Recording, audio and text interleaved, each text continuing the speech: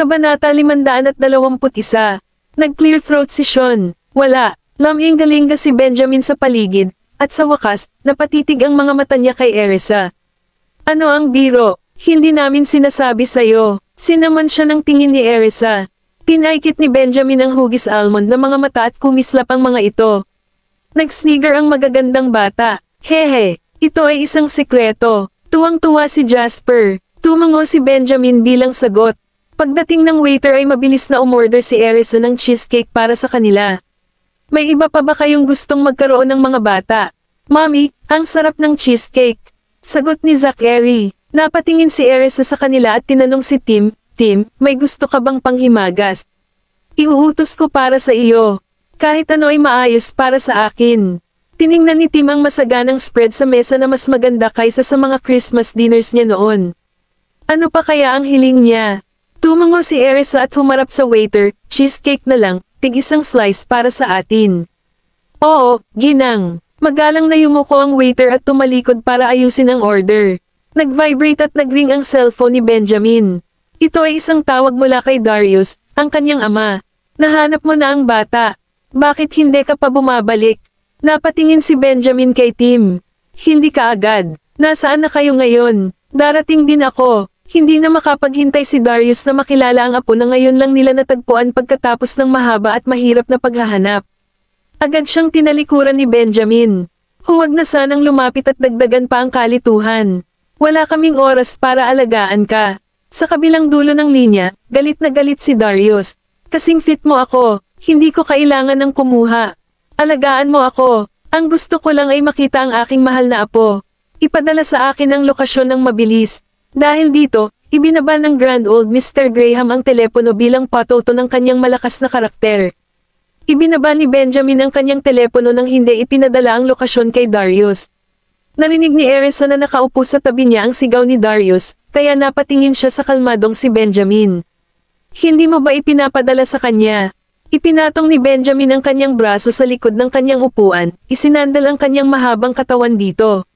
Nalantad ang kanyang dominanting personalidad habang sinusulyapan siya. Mahinahon siyang nagtanong, ano ang ipadala sa kanya? Hindi nakaimik si Erisa. Laming-galinga ang mga mata ni Benjamin, pagkatapos ay binalaan niya sina Ethan at Sean. Hindi mo sinasabi sa tatay ko kung nasaan tayo. Hindi ko kailangan na pumunta siya dito at maging istorbo.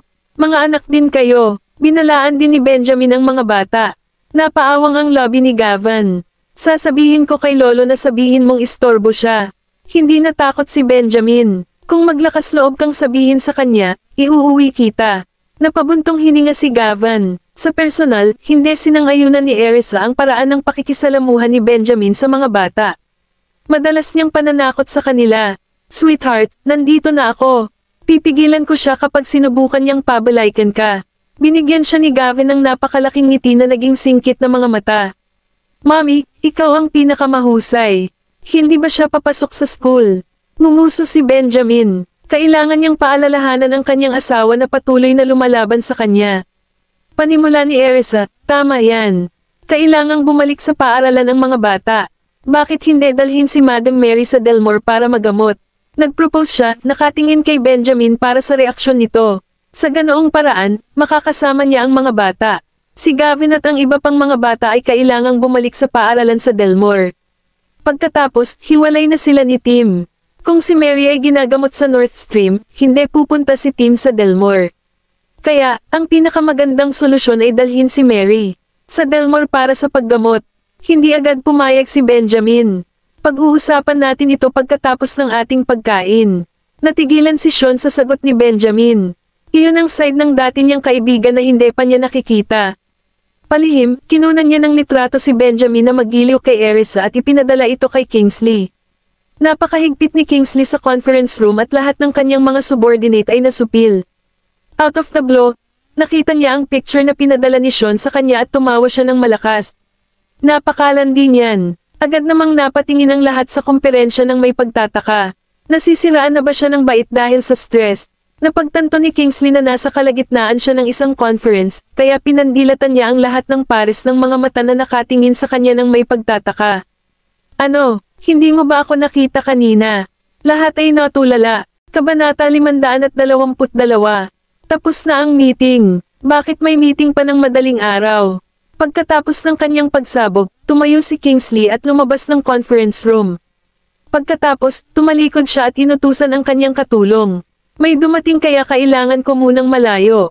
Huwag mo akong kontaken maliban kung ito ay isang bagay na apurahan. Sagot ng assistant niya na nakayuko. Oo, sir. Nagmamadaling umakyat si Kingsley sa elevator habang tinatanong si Sean kung saan. Gusto niyang makita ang kanyang munting syota, si Jessie at makipaglaro dito. Pagkatapos, nakita niya ang tugon ni Sean sa mga mensahe, kung matalino ka, hanapin mo mismo. Sumpa naman ang isinagot ni Kingsley. Tumawa ng malakas si Sean. Napatingin sa kanya si Benjamin. Tumingin ang 6 na bata kay Sean, at nagtanong si Oliver, na nagtataka, Mr. Bailey, bakit ka tumatawa?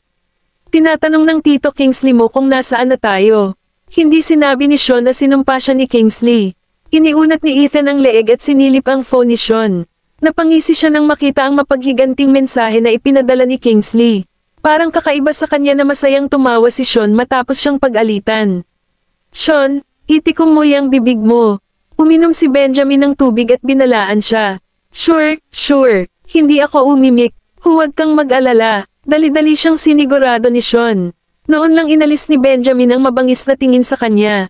Nang maramdaman ang kanyang matinding titig, ibinaling ni Erisa ang kanyang ulo kay Benjamin, at nakasalubong lamang nito ang kanyang malalim na misteryosong mga mata. Napakurap siya. Huwag mo akong tingnan. Sige na at tamasahin mo ang iyong pagkain. Hindi napigilan ni Benjamin ang panunukso sa kanya. Dumampi sa kanyang tenga ang mainit nitong hininga, at tumibok ang kanyang puso. Nililigawan ba ako ng lalaking ito? Lumingon siya para mapaningkit ang tingin sa kanya. Hoy, sinira mo ang gana ko. Paano niya inaasahan na kakain ako ng mapayapa? Nakapatong ang braso nito sa likod ng upuan niya na parang nakahawak sa braso niya. Hindi pa rin moari ang mga mata ni Benjamin habang nakatingin sa kanya. Napansin niya ang patak ng pawis sa tungkin ng ilong nito na siyang nagpakyut sa kanya. Hinawakan niya ito. Natigilan si Erisa. Sa sumunod na sandali, namula siya ng malalim. Nahihiyang itinulak niya ang kamay nito at mabilis na nilinggan ang paligid. Lahat ng nasa mesa ay nakatingin sa kanila. Medyo nahiya siya. Pakiusap, hayaan mo akong kumain ng mapayapa. Sa halip na galit, pinagsabihan siya nito. Humalaklak si Benjamin. Pinaalis ko lang ang pawis mo. Sige, enjoy your meal. Nakasandal sa upuan, picture siya ng isang alpha male. Sige, kunin mo lahat ng pagkain mo. Walang imik ang lahat. Pang-aasar sa kanya ni Sean. Benjamin, napakadali mong mabusog. Si Bradley at Ethan ay hindi naglakas loob na makipagbiruan sa kanya. Na-curious din si Erisa. Napatingin siya sa bowl na nasa harapan niya. Halos wala na siyang kinakain. Hindi ba siya nagugutom? Oo. Tumango si Benjamin at sinulyapan ng 6 na bata. Nang makita niyang lahat sila ay nakatingin sa kanya, nagtaas siya ng kilay. Huwag kang lumilingon sa paligid kapag kumakain ka. Ang 6 na bata ay labis na namangha sa mga salita. Kumain ka na lang at huwag mo siyang pansinin. Naramdaman ni Erisa na medyo kakaiba ang kinikilos ni Benjamin, kaya hinikayat niya ang mga bata na magpatuloy sa pagkain. Di nagtagal, dinala ng waiter ang mga dessert at tuwang-tuwa lang ang mga bata. Nang makita si Jessie na sabik na magsimula sa kanyang dessert, si Erisa ay naglagay ng mahigpit na ekspresyon at pinaalalahanan siya. Tapusin mo muna ang iyong pagkain bago ka kumain ng dessert. Inilabas ni Jessie ang kanyang cute na maliit na dila at ibinalik ang kanyang nakalahad na kamay. Tapusin muna natin ang ating pangunahing pagkain. Pagkatapos, makakain na tayo ng mga dessert. Inalo ni Zachary ang kapatid. Ibinaon muli ni Jessie ang mukha sa pagkain. Mamaling ang tingin ni Benjamin sa kanya at saglit na huminto sa kanya. Bakit ba napaka-girlish ng ugali ng batang ito ngayon? Jessie, nang marinig ang boses niya, lumingon si Jessie sa kanya, mukhang nalilito.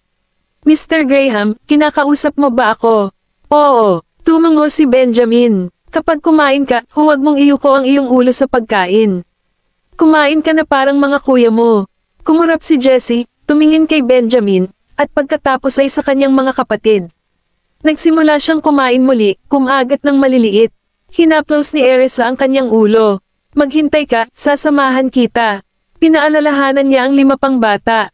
Kailangan mong kumain ng busog, okay? Oo, mommy. Pasiga na sagot ni na Gavin, Zachary, Oliver at Jasper. Tahimik lang na tumango si Tim. Kabanata 523. Napangiti si Erisa at naghain pa ng pagkain sa kanyang mga anak. Kapag tapos na tayong kumain, pupunta tayo sa ospital. Wala silang ideya kung nagising na si Mary, kaya wala silang oras na mawala. Okay, team time na tumango si Tim. Tuwang-tuwa si Erisa, napaka-aalaga niyang bata. Hinayaan lang niya ang mga bata na kumuha ng kanilang cheesecake pagkatapos nilang kumain. Nang kumakain ang mga bata ng kanilang mga cake, tinanong ni Jessie, Tim, masarap ba? Oo, ito ay mas mahusay kaysa sa popsicles. Pinag-uusapan mo ba ang tungkol sa mga popsicle na may beans sa mga ito? Tanong ni Jasper. Oo, sagot ni Tim. Wala pa akong isa sa mga iyon sa mga edad. Tumango si Zachary. Gusto mo rin ba sila? Tanong ni Tim. Ako, sagot ni Zachary. Tim, saan natin makukuha ang mga yan ngayon? Tanong ni Oliver. May isang lugar sa aking nayo na nagbebenta ng mga ito. Sambit ni Tim. Dapat kaming pumunta doon sa iyo upang bumili ng mga ito. Sagot ni Oliver. Oo naman. Sabi ni Tim. Tim, may isa pa. Dapat mayroon ka. Bulalas ni Gavin. Bakit ako nakakakuha ng dalawang bahagi? Tanong ni Tim. Sa sandaling iyon, ang iba pang 5 bata ay sabay-sabay na sumagot dahil ikaw ang pinaka-cute. Namula si Tim pagkatapos niyang marinig iyon. Hindi napigilan ni Erisa na mapangiti nang makitang maayos na ang pakikitungo ng 6 sa kanyang mga anak. Habang nakakaramdam ng kaligayahan, sinimulan niyang kainin ang kanyang cheesecake. Ang sarap! Tinatangkilik ni Erisa ang kanyang cheesecake na may matingkad ng ngiti sa kanyang mukha. Namilog ang mga mata ni Benjamin nang makita iyon. Tila nahanap niya ang lahat ng gusto niya. Bumaba ang tingin niya sa katumingin sa cheesecake niya. Ito ay medyo kaakit-akit. Pagkatapos nito, kumuha siya ng isang kutsara at tinikman ito. Ito ay katamtaman lamang. Sobrang lambot lang para magustuhan ko. Si Benjamin ay hindi mahilig sa cheesecake. Itinabi ni Benjamin ang kanyang kutsara at sumigaw, Gavin, makukuha mo ito.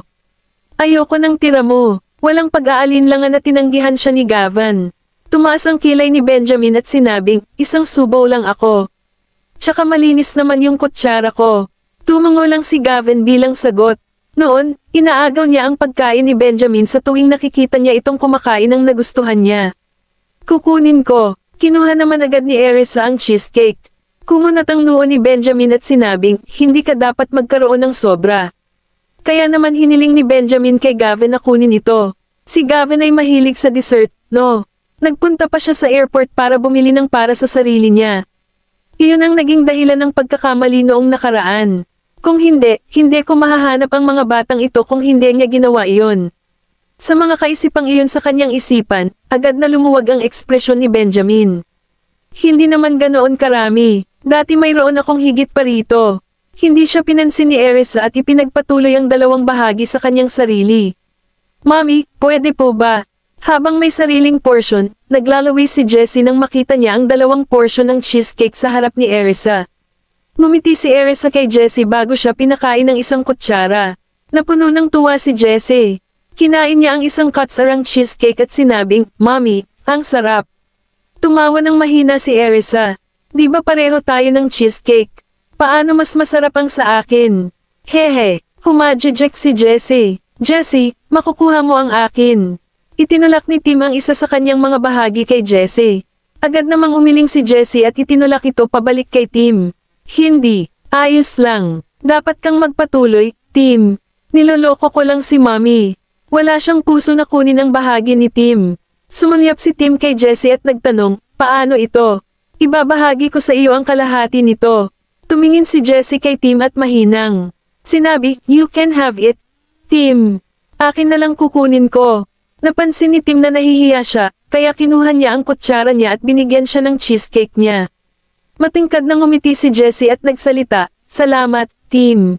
Bahala ka. Ngumiti si Tim pabalik sa kanya. Nagulat, napabulalas si Jessie, Mommy, ngumiti si Tim sa akin. Kabanata 524. Natuwa si Erisa, nakita ko, pinagtutuunan niya ng pansin kung paano nakikipag-ugnayan ng mga bata sa isa't isa, at natutuwa siyang makita si Tim na kusang loob na nagbibigay ng pagkain kay Jessie. Alam ni Tim kung paano tretuhin ng mabuti si Jessie. Maaari pa akong makakuha ng higit pa kung gusto mo sila. Sabi ni Erisa sa mga bata. Mommy, iimpake na lang natin sila at kumain sa hapon. Busog na ako ngayon, Zachary uttered. Sige, iimpake namin sila. Makakakuha pa tayo ng isang hiwa nito para kay Lola. Tumango si Oliver. Hindi ito makukuha ni Lola. Paalala ni Sean. Napatingin si Erisa kay Sean nang marinig iyon. Si Lola ay may diabetes, kaya dapat siyang mag-ingat sa kanyang paggamit ng asukal, paliwanag ni Sean. Kumunat ang noo ni Erisa at nagtanong, lumabas na ba ang mga resulta ng pagsusulit? Ang kanyang pagsusuri para sa antas ng asukal sa dugo ay lumabas ng mabilis. Gayunpaman, naghihintay pa rin kami para sa iba pang mga resulta ng pagsubok, sagot ni Sean. Tumango si Erisa, mas magiging maalalahanin ako pagkatapos nito. Samimangot si Tim at sinabing, madalas gumawa ng dessert si Lola noon. Nakatulong kaya iyon sa kalagayan niya. Tinapik ni Erisa ang ulo niya. Mag-iingat na lang tayo simula ngayon. Nagpa-health check-up na ba si Madam Mary? Ibinaba ni Tim ang kanyang ulo at mahinang binibigkas, kami ay mahirap, kaya si Lola ay kadalasang nagmamatigas sa tuwing siya ay magkasakit. Nalungkot ang lahat ng marinig iyon. Sa katunayan, mahirap ang buhay ni Tim. Kinurot ni Erisa ang balikat ni Tim ng buong pagmamahal at sinabing, huwag kang mag-alala.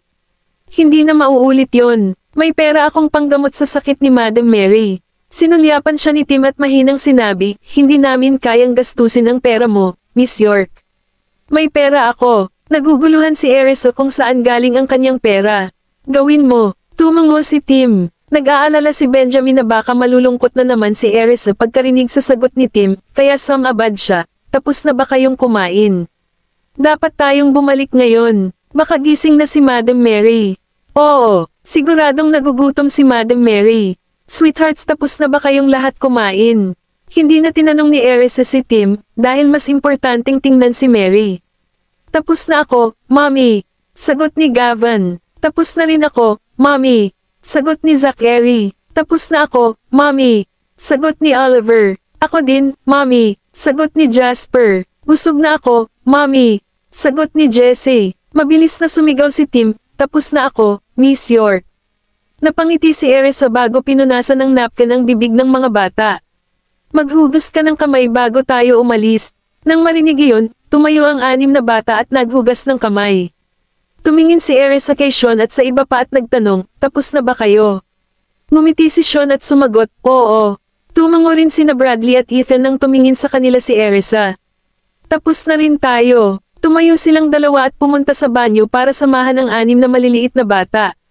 Sumulyap si Benjamin kay Sean at nagtanong, papabilisin mo ba sila at mag-impake ng pagkain? Oo naman. Tumayo si Sean at hinimok ang mga server na bilasan ang takbo nila dahil aalis na sila. Kumain ka ng tubig. Binuhusan ni Benjamin si Erisa ng isang basong tubig. Sinaman siya ng tingin ni Erisa at nagtanong, ano ang pagmamadali? Alam niyang hindi lang nag-aalala si Benjamin kay Mary. May kailangan akong harapin, Materey na sagot ni Benjamin. Naalala ni Erisa kung gaano siya kabisi. Kung abala ka, hindi mo kailangang nasa ospital. Siguro, bumalik ka na lang sa hotel at magtrabaho. Nagningning ang mga mata ni Benjamin, at tumabi ito sa kanya. Nag-aalala ka ba sa akin? Saglit na natigilan si Erisa bago siyang ngumiti at sumagot, kung iyan ang gusto mong paniwalaan, sige. Nilero ni Benjamin ang kanyang buhok at nagtanong, susundan mo ba ako pabalik sa hotel? Bumilis ang tibok ng puso ni Erisa. Imagination ko lang ba ang pinaglalaroan ako, o medyo malabo talaga siya? Kabanata 525. Kailangan ko pang alagaan si Madam Mary, no? Paano na lang ako makakabalik sa hotel? Inilipat ni Erisa ang kanyang tingin at tumingin sa ibang lugar. Naging mahigpit ang ekspresyon ni Benjamin nang titigan siya nito at sinabing, ibalik mo ang mga bata para magpahinga. Pagkatapos nito, pumunta sa ibabaw. Hindi ka naman pwedeng manatili sa ospital sa buong oras, di ba? Baka mapapagod mo ang sarili mo imbes na alagaan mo si Madam Mary. Sinagot ni Erisa si Benjamin. Pinapante niya lang ba ako doon at magpahinga? Natigilan si Erisa nang mapagtanto niyang hindi niya ito naiintindihan. May lounge sa ospital. Kung pagod na ako, pupunta na lang ako doon at pumikit. Kung hindi, kailangan kong magpabalik-balik sa pagitan ng ospital at ng hotel. Kumunat ang noo ni Benjamin at sumagot, maliit lang ang kama sa ospital, kaya mas mabuting sa hotel na lang magpahinga. Kahit na ayaw mong magpahinga ng maayos, kailangan din ito ng mga bata. Dapat ibalik mo ang mga bata, kung gayon. Mananatili ako sa ospital. Ayaw nang bumalik ni Erisa sa hotel dahil alam niyang gugustuhin ni Tim na manatili sa ospital para makasama si Mary. Inis na inis si Benjamin. Bakit ba ang tigas ng ulo nitong babaeng ta? Pagkatapos noon ay kinurot niya ang pisngi ni Erisa. Sa sakit, pinandilatan ni Erisa si Benjamin nang hindi makapaniwala. Ano bang kinurot mo ako? Bumagsak ang mukha ni Benjamin. Erisa, bakit kailangan mong tumanggi sa lahat ng sasabihin ko? Bakit hindi ka nalang bumalik at magpahinga? Natigilan si Erisa nang makita kung gaano ito nagalit. Salubong sa kanyang mahigpit na titig, ngumiti siya at sinabing, nag-aalala lang ako kay Madam Mary at sa mga bata, okay. Malambot at malambing ang boses niya. Para siyang umarte. Agad nagaman ang kalooban ni Benjamin. Buti naman nag-aalala ka sa kanila. Gayunpaman, dapat mong alagaan ang iyong sarili upang hindi ka mawalan ng ulirat. Nag-aalala ang mga bata sa iyo. Sa hindi malamang dahilan, nakaramdam ng tuwa si Erisa nang makitang seryoso si Benjamin. Na may bakas ng panunuyo sa kanyang mga mata, nagtanong siya sa mahinang boses, Benjamin, nag-aalala ka ba sa akin? Nakakainis ka, pagmamalaki ni Benjamin. Nang marinig iyon, umupo si Erisa ng tuwid at sumagot, fine. Napataas ang kilay ni Benjamin nang mapansin ang pagkadismaya nito. Gusto mo bang mag-alala ako sa'yo? Bakit niya tinatanong kung gusto ko yon? Tiningnan siya ni Erisa at nagtanong, Graham, mahalaga ba kung gusto ko iyon o hindi? Kung gusto kong mahalin mo ako, gagawin mo ba ang gusto ko? Tinitigan siya ni Benjamin at nagtanong sa malalim at nakakaakit na boses, gusto mo bang main love ako sa iyo? Napakurap ng ilang beses si Erisa at sinabing, I wonder if that's even a good idea. Namula ang mukha ni Benjamin sa sagot niya. Narinig ni Sean ang kanilang pag-uusap nang pumasok siya sa pribadong silid. Paf, ito ay kawili-wili. Si Erisa lang ang naglakas loob na magsalita kay Benjamin sa ganitong paraan. Sa katunayan, hindi lamang hindi nagalit si Benjamin, ngunit sumama rin siya sa kanya sa pag-uusap. Benjamin, mahirap bang ipagtapat ang nararamdaman mo? Tanong ni Sean. Nang marinig iyon, sinaman siya ng tingin ni Benjamin. Sinapo lang ni Sean ang kanyang ilong at ngumiti bilang tugon. Bahagyang nahiya si Erisa. I wonder ang dami niyang narinig. Pagkatapos ay sarkastikong sinabi niya, Dr. Bailey, nilinaw sa akin ni Benjamin na hinding-hindi siya mahuhulog sa akin, kaya dapat mong ihinto ang panunukso sa kanya. Hindi ko alam kung anong klaseng babae ang gusto niya, pero siguradong hindi magiging akin ang babaeng iyon. Nakakunot ang noo ni Benjamin bilang tugon. Natuwa naman si Sean. Kasabay nito, bumalik sina Ethan, Bradley, at ang mga bata, at narinig nila ang pag-uusap. Sa sandaling iyon, hindi. Nila alam kung magandang ideya na tumakbo pabalik sa banyo o dumiretso sa pribadong silid. Mami, gusto ka namin. Tumakbo si Gavin palapit kay Erisa at niyakap ito bago tumingin ng masuyo sa kanya. Natouch naman si Erisa. Binuhat niya si Gavin at hinalikan sa pisngi. Mami, gusto ka rin namin. Tumakbo si Zachary papunta kay Erisa at niyakap din ito. Nang makita iyon, tumakbo rin sina Oliver at Jasper papunta kay Erisa at niyakap ito. Mami, pinakagusto ka namin. Huwag kang malungkot, okay. Kabanata 526. Lumapit din si Jessie sa kanya at sinabing, Mami, paborito ka namin. Naalimpungatan si Erisa kasama ang 5 bata na pawang nakayakap sa kanya. Gusto ko rin kayo. Tinapik niya ang lahat ng kanilang mga ulo ng buong pagmamahal bago tumingin kay Tim nang may pananabik. Nakagat ni Tim ang lobby at napuno ng inggit nang makitang magkayakap sila. Napansin niyo ni Gavin kaya kumalas siya sa pagkakayakap kay Erisa at pumunta kay Tim bago ito kinaladkad. Mami, gusto mo ba si Tim? Tanong ni Gavin. Ako, napangiti si Erisa na namumula ang mga mata. Siya ang nagkusa at nagtanong, Tim, gusto mo ba ako? Sa sandaling iyon, nababalot siya ng kaba at pananabik. Sumulyap si Tim sa kanya at tumango. Ramdam na ramdam niya ang pagmamahal ni Erisa sa kanya matapos itong makasama. Natigilan si Erisa. Inamin lang ba ni Tim na gusto niya ako? Naguguluhan siya dahil siguradong nahuli siya ng reaksyon nito. Mami, gising na. Sinabi ni Tim na gusto ka niya. Nakakatawang sinundot ni Zachary ang mukha ni Erisa. Nakabawi si Erisa at mabilis na niyakap si Tim bago hinalikan sa pisngi. Mahal na mahal kita, sweetheart. Salamat sa paggusto sa akin. Tuwang-tuwa ako. Sa sobrang tuwa ni Erisa ay hindi niya napigil ang halikan si Tim. Kung hindi dahil sa tan skin ni Tim, makikita na siya ng lahat ng nandoon na busyong na hindi mapigilan. Natuwa naman si Sean at ang iba sa kanilang matamis na pakikisalamuha. Napakunot naman ang noo ni Benjamin dahil pakiramdam niya ay napabayan siya. Sige, tama na lovey-dovey para sa isang araw. Tara na. Hindi napigilan ni Benjamin ang magsalita para maghiwalay sila. Alam ng Diyos kung hanggang kailan nila ito itatago. Sinaman ng tingin ni Erisa si Benjamin at niyakap ng ilang sandali ang mga bata bago sila inilabas ng private room. Punta tayo sa ospital para tingnan si Madam Mary, sweethearts. Okay, tara na, Mommy. Hinawakan ng 6 na bata ang kanyang mga kamay at umalis doon habang si Benjamin ay nakasunod sa kanila. Lumapit si Sean kay Benjamin mula sa likuran at tinukso, Benjamin, hindi nagkukulang ng manliligaw si Mrs. Graham, alam mo ba? Pinandilatan siya ni Benjamin at nagtanong sa malalim na boses, ano? Gusto mo rin siya? Siyempre naman. Mabilis na sumagot si Sean, ngunit naramdaman niya kaagad na maaaring may nasabi siyang mali. Ako, tulad ni Mrs. Graham, ngunit hindi ito tulad ng iniisip mo. Ito ay puro platonic, mabilis niyang paliwanag. Sinaman siya ng tingin ni Benjamin bago ibinalik ang tingin sa taong nasa harapan niya. Benjamin, marahil ay dapat mong isipin ang iyong tono kapag nakikipag-usap ka sa mga babae. Isa pa, dahil masyado kang nagmamalasakit kay Mrs. Graham, dapat mo nalang ipagtapat ang iyong nararamdaman sa kanya. Walang dapat ikahiya. Kung ipagpatuloy mo ito, baka isipin ni Mrs. Graham na hinahamak mo siya, udyok ni Sean. As if you are so experienced in this area. Ganti ni Benjamin. Napakunot noo si Sean kay Benjamin at mamulong, hindi katakatakang hindi ka gusto ni Mrs. Graham. Kumunat ang noo ni Benjamin at sinaman siya ng tingin. Anong sabi mo? Agad na lumayo si Sean at iniwasan pa siyang Mayrita. Lumingon si Benjamin at sinulyapan si Ethan. Bilang tugon, mabilis na ibinaba ni Ethan ang kanyang tingin at nagkunwaring hindi niya nakitang nakatingin sa kanya si Benjamin. Huwag mo akong tanungin. Wala akong alam. Ramdam ni Bradley ang nakakatakot na aura ni Benjamin kaya naman umiwas agad ito at sinundan si Sean. Dr. Bailey, malubha ba ang kalagayan ni Madam Mary?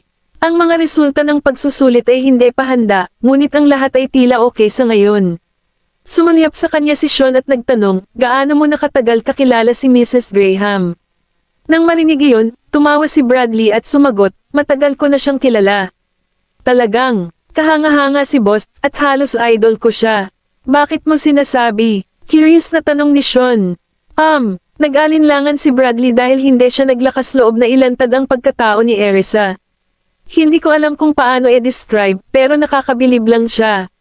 Tsaka secret ni boss yun kaya hindi ko na ma-reveal pa. Medyo tikom ang bibig mo, di ba? Sagot ni Sean. Kabanata 527. Dahil nasa likod lang nila si Benjamin, narinig niya ang buong usapan. Anong sikreto meron si Erisa? Lumingon si Benjamin at mahinang tinanong si Ethan, nalaman mo ba ang lahat tungkol sa kanya? Umiling si Ethan, may mga bagay pa rin na hindi natin mahanap. Bago iyon, ang tanging nahanap nila ay ang pamumuhay ni Erisa. Ang iba pang impormasyon tungkol sa kanya ay tila itinago ng isang tao.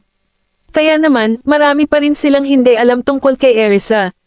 Nagdilim ang tingin ni Benjamin nang ilipat nito ang tingin sa kanya. Ipagpatuloy ang pagtingin sa kanya.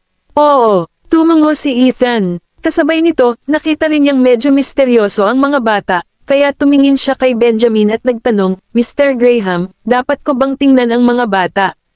Ang mga mata ni Benjamin ay kumikislap, at sinabi niya, oo, ngunit gawin mo ito sa kanilang likuran.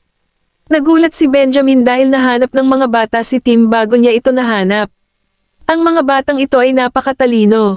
I bet mas may kakayahan sila kaysa sa una nating naisip.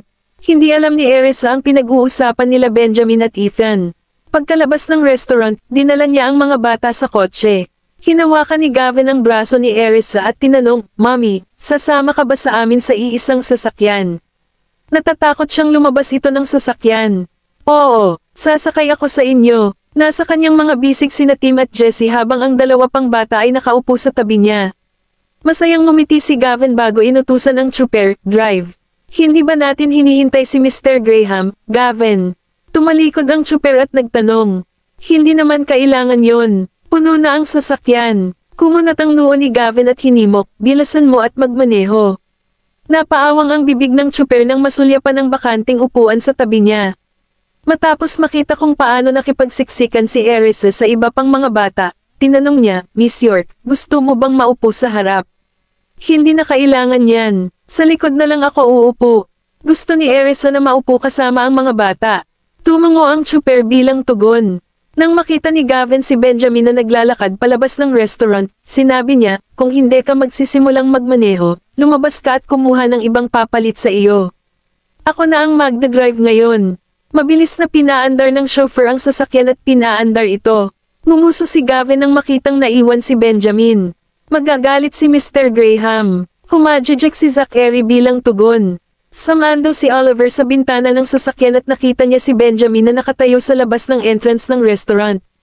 Nakita ko kung gaano ang inis na hitsura ni Mr. Graham.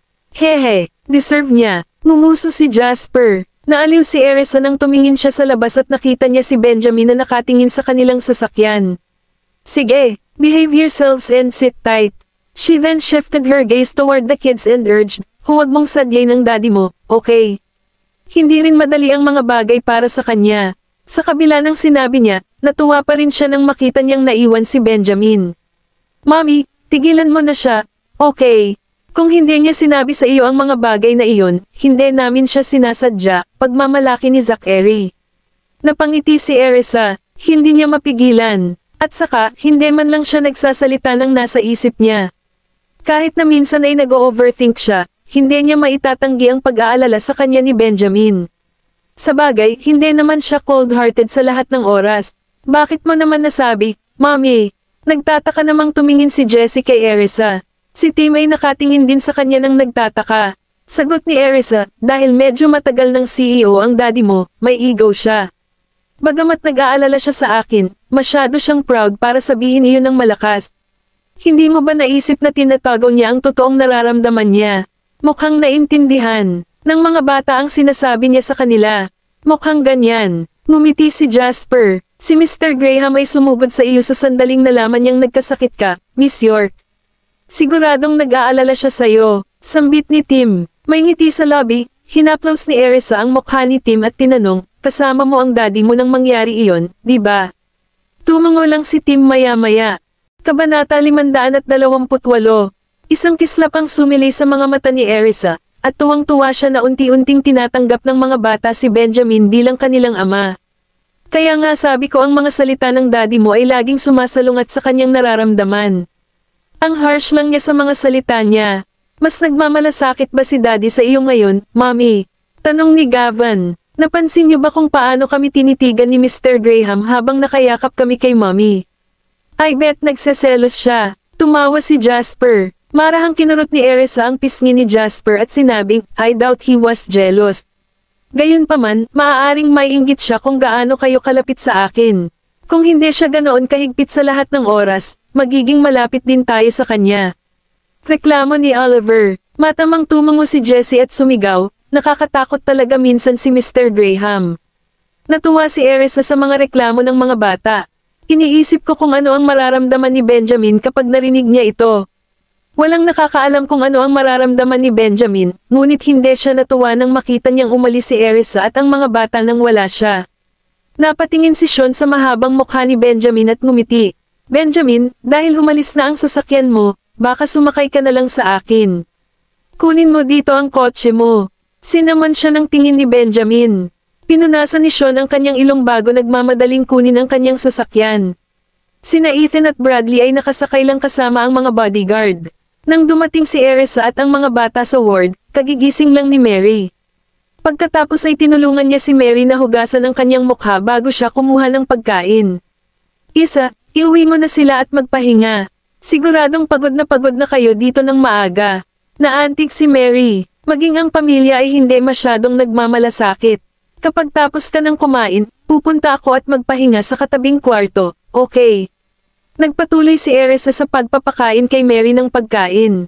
Si Gavin at ang iba ay pinapanatili si Tim na sinamahan ng pakikipaglaro sa kanya sa malapit. Nang dumating si Benjamin, tumango siya kay Mary bago tinanong si Erisa, pabalik ka na ba? Tumingin sa kanya si Erisa at sumagot, hindi na ako babalik. Dapat mong ibalik ang mga bata, ngunit, nagsalubong ang kilay ni Benjamin. Nang makitang tumutuloy si Erisa, Tinawag niya si Gavin at ang iba pa, kayong anim, sumunod kayo sa akin pabalik sa hotel para magpahinga. Makakapunta ka ulit mamayang hapon. Gusto naming manatili dito kasama si Mommy para makasama si Lola. Napatingin si Jasper kay Benjamin. Tinitigan din ng iba sa mga bata si Benjamin dahil wala ni isa sa kanila ang gustong umalis. Sweethearts, bumalik ka na at magpahinga, okay. Hindi ko kayang bantayan kayong lahat dito. Go on, sabi ni Erisa sa mga bata. Napakurap si Gavin at umiling, Mommy, matutulungan ka naming alagaan si Madam Mary. Hindi mo na kami kailangang bantayan. Hindi naman kailangan yon. Since you guys have got up so early this morning, please go back and rest, okay? Paggising niyo sa hapon, pwede na kayong sumama kay Madam Mary. Itinabi ni Erisa ang mangkok ng pagkain at lumapit para suyuan ng mga bata. Sige, ngayon na, kapag tapos na akong pakainin si Madam Mary, magpapahinga na rin ako. Hindi kayo pwedeng manatili sa ospital. Sumunod ka sa daddy mo, okay? Dagdag ni Erisa. Bagamat si Gavin at ang apat pa ay nag-aatubili na umalis, sinabi nila, okay, kung gayon. Babalik na tayo sa hotel. Tim, sundan mo sila. Okay. Lumuhad si Erisa sa harapan ni Tim at tinapik ang ulo nito. Umiling si Tim bilang tugon. Nananatili ako. Nakita ni Erisa ang pagdating na iyon. Tim, sumama ka sa iba para magpahinga. Magiging okay lang ako dito, udyok ni Mary. Gayunpaman, hindi nagpatinag si Tim. Hinaplos ni Erisa ang ulo ni Tim at sinabi kay Benjamin. Ibalik mo ang 5 sa kanila. Hayaan mong manatili dito si Tim. Babantayan ko siya. Paalala ni Benjamin, remember to rest, okay. Kunin ang mga nurse na tumulong sa iyo kung may kailangan ka. Nakuha ko. Napangiti si Erisa. Muli siyang sinulyapan ni Benjamin bago niya pinasama ang mga bata. Bye, Tim. Uuwi muna kami. Babalik kami sa hapon para makipaglaro sa iyo. Matamis na kumaway si Jasper kay Tim. Bilang tugon, ngumiti si Tim at tumungo. Okay. Kabanata 529. Tim, sigurado ka bang ayaw mong sumama sa amin? Tanong ni Oliver. Umiling si Tim. Mauna na kayo. Bye, Tim. Magkita tayo sa hapon. Ngumiti si Jessie at nagpaalam bago sinabi kay Mary, Lola, kumain ka ng mabuti at magpahinga ng mabuti, okay. Babalik kami para makasama ka sa hapon. Napangiti si Mary at sumagot, okay, umalis ka na. Sabay ding sinabi ni Gavin at Zachary, Palm, Lola. Palm, Tim. Bye. Kumaway si Tim sa kanila. Nagpaalam si Benjamin kay Mary bago umalis kasama ang mga bata. Sweetheart, pumunta ka sa katabi ng kwarto para magpahinga kung pagod ka na, okay. Udyok ni Erisa. Umiling si Tim at sumagot, hindi ako pagod. Miss York, papakainin ko si Lola. Umalis ka na at magpahinga. Nilapitan siya ni Tim at gusto niyang tanggalin ang pagkain sa kamay niya, pero pinigilan siya ni Erisa. Kaya ko naman, relax ka lang dito, okay. Masayang tumingin sa kanila si Mary at sinabing, Isa, dahil maaga kang nagising, dapat mong sundan sila pabalik at magpahinga sa halip na manatili dito para alagaan ako. Kaya kung kumain mag-isa, magpahinga ka na. Sa kabila ng narinig, ngumiti si Erisa at inalis siya. Magpapahinga ako pagkatapos mong kumain. Napansin ni Mary ang kanyang katigasan ng ulo, at umiling siya. Dahil kagagaling mo lang, hindi mo dapat pagpagadan ang sarili mo. Isang nakakaaliw ng ngiti si Erisa nang makita niya kung gaano siya kamahal ni Mary. Ayos lang po ako Madam Mary. Tumigil ka na sa pagsasalita at kumain ka na, okay. Sige, sige, sagot ni Mary at masunurin siyang kumain. Si Tim ay nakaupo sa malapit, at patuloy din siyang kumukuha ng pagkain para kay Mary. Biglang nakita ni Tim ang mga cheesecake sa malapit. Nakalimutan ni Miss York, Jessie at ng iba pa na ibalik ang mga cheesecake. Lumingon si Erisa at ngumiti. Ayos lang. Malapit na natin sila. Ano? Nagulat si Tim. Pinitik ni Erisa ang kanyang ilong at nagtanong, ayaw mo bang magkaroon ng ilang cake? Gustong kumain ni Tim, ngunit alam niyang pag-aari ng iba ang mga cake. Nasasabi ni Erisa kung ano ang nasa isip ni Tim, kaya sinabi niya, hindi namin maaaring itago ang mga cake ng masyadong mahaba. Kung hindi, matutunaw sila. Kailangan nating kainin ang mga ito para hindi sila maubusan. At saka, lagi akong nakakabili ng iba kapag hinahangad sila ni Gavin at ng iba pa. Napakurap si Tim. Ganoon ba? Narito, Madam Mary. Kumain ka ng sopas. Hinay pa ni Erisa ang sabaw para lumamig bago matiig ang pinakain si Mary. Naglinis lang si Erisa pagkatapos maubos ni Mary ang bowl ng mushroom soup. Lola, mabuti na ba ang pakiramdam mo? Sumandal si Tim sa kama at hinawakan ang kamay ni Mary. Hinaplos ni Mary ang ulo ni Tim ng buong pagmamahal at sinabing, oo, ayos lang ako. Huwag kang mag-alala. Pagkatapos ay itinago ni Tim ang kumot ni Mary. Samantala, nagbabalat si Erisa ng ilang prutas para kay Mary, ngunit naalala niya kung paano hindi nakakain ng maraming matamis na pagkain si Mary. Madam Mary, mula ngayon, dapat mong bantayan ang iyong paggamit ng asukal, okay? Natigilan si Mary. Bakit ganon? Napagtanto ni Erisa na walang ideya si Mary tungkol sa kanyang mataas na antas ng asukal sa dugo. Mamantong hininga siya at pinayuhan, mataas ang blood sugar level mo, kaya hindi mo ito makakain. Mula ngayon, kailangan mong kontrolin ang iyong paggamit ng asukal. Mamantong hininga si Mary at tumango. Hindi ko alam dahil hindi ko pa nasubukan ang sarili ko para doon. Kadalasan, susuriin lamang ni Mary ang kanyang presyon ng dugo, at alam niyang mayroon siyang mataas na presyon ng dugo. Hindi naman big deal, though. Huwag kang mag-alala tungkol dito. Inalo ni Erisa si Mary. Sinabi lang niya kay Mary ang tungkol dito upang mag-ingat siya sa kanyang pag-inom ng asukal sa hinaharap. Tumango si Mary at nagtanong, lumabas na ba ang mga resulta ng aking pagsusulit? Hindi pa. Binuhusan ni Erisa si Mary ng isang baso ng maligamgam na tubig at ipinakain ito sa kanya. Sa sandaling iyon, dinala ni Sean ang ilang mga doktor at nurse sa ward. Narito ako upang suriin si Madam Mary. Tumango si Erisa at dinala si Tim sa gilid. Nagpatuloy si Sean para tingnan si Mary.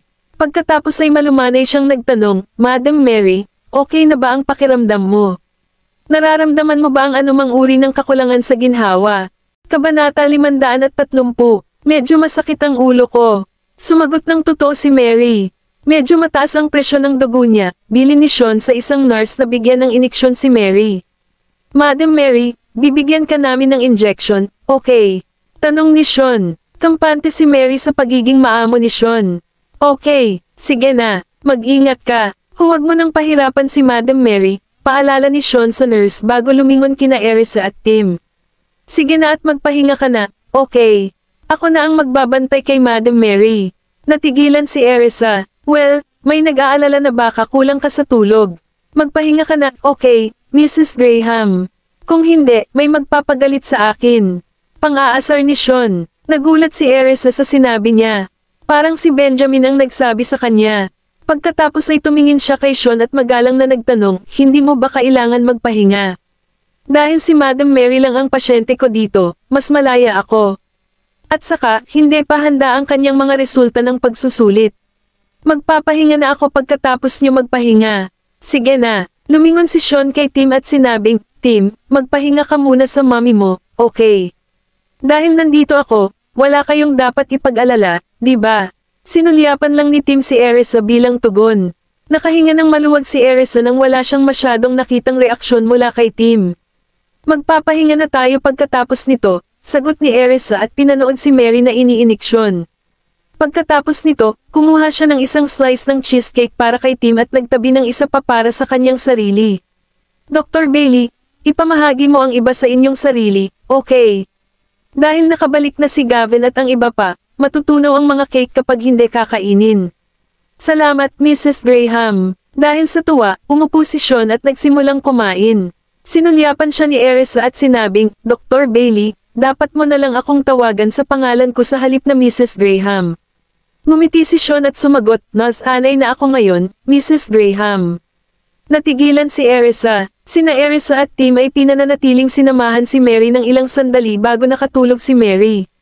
Saka lamang sila tumungo sa katabing silid upang magpahinga. Hinaplos ni Erisa ang ulo ni Tim at buong pagmamahal na sinabi, Sweetheart, you like the cake, right? Kapag libre ako, ipagtitimpla kita. Alam ko kung paano gawin ang mga ito. Tumingin sa kanya si Tim at sinabing, salamat.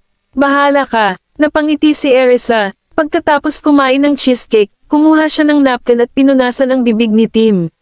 Dapat kang pumunta sa banyo bago matulog. Humig si Tim bilang pagkilala. Gayunpaman, pumunta pa rin siya sa katabing silid upang silipin si Mary. Binalika na lang niya si Erisa na gamaan ang pakiramdam matapos makitang binabantayan ni Sean si Mary na mahimbing na natutulog. Nang matapos si Erisa sa pag-aayos ng kama, nakita niya si Tim na tumatakbo papuntang restroom, kaya umupo siya sa tabi ng kama para hintayin siya. Maya-maya pa ay lumabas na si Tim sa restroom. Tapos na ako, Miss York. Binuhat siya ni Erisa sa kama at tinakpan ng kumot. Matulog ka muna, okay. Punta muna ako sa restroom. Bahagyang namula si Tim at tumungo. Nang makita ni Erisa kung gaano ito ka-cute, yumuko ito para halikan ang noo nito bago pumunta sa restroom. Napapikit si Tim sa kanyang noo at naramdaman ang init sa kanyang puso. Biglang nag-vibrate ang phone na iniwan ni Erisa sa coffee table. Napatingin si Tim sa direksyon ng restroom at nakitang nandoon pa rin si Erisa.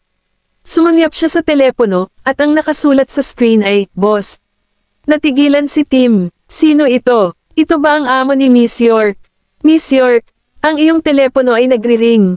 Sino ang tumatawag, sweetheart? Maaari mo bang sagutin ito para sa akin? Tanong ni Erisa mula sa loob ng restroom. Kumunat ang noo ni Tim, at patuloy niyang pinupunasan ang kanyang mga kamay sa kanyang pantalon. Hindi pa nakagamit ng telepono si Tim noon, kaya wala siyang ideya kung paano sasagutin ang isang tawag sa telepono. Kaya naman, labis siyang kinabahan na nagsimulang pagpawisan ang kanyang mga palad nang marinig ang pagtunog ng telepono. Paano kung magalit ang amo ni Miss York at tanggalin siya sa trabaho? Sa sandaling iyon, tumigil ang pagring ng telepono. Dahil sa pag-aalala, mabilis na kinuha ni Tim ang telepono at tumakbo patungo sa banyo. Miss York, hindi ko alam ang isasagot ko. Sa tingin ko dapat mong tawagan ang iyong boss pabalik. Nalungkot si Erisa dahil nakalimutan niyang hindi pa na-expose si Tim sa mga high-tech na gadget na ito. Kasabay nito, natarante siya nang marinig ang huling pangungusap, at dali-dali siyang naghugas ng kamay at lumabas ng banyo.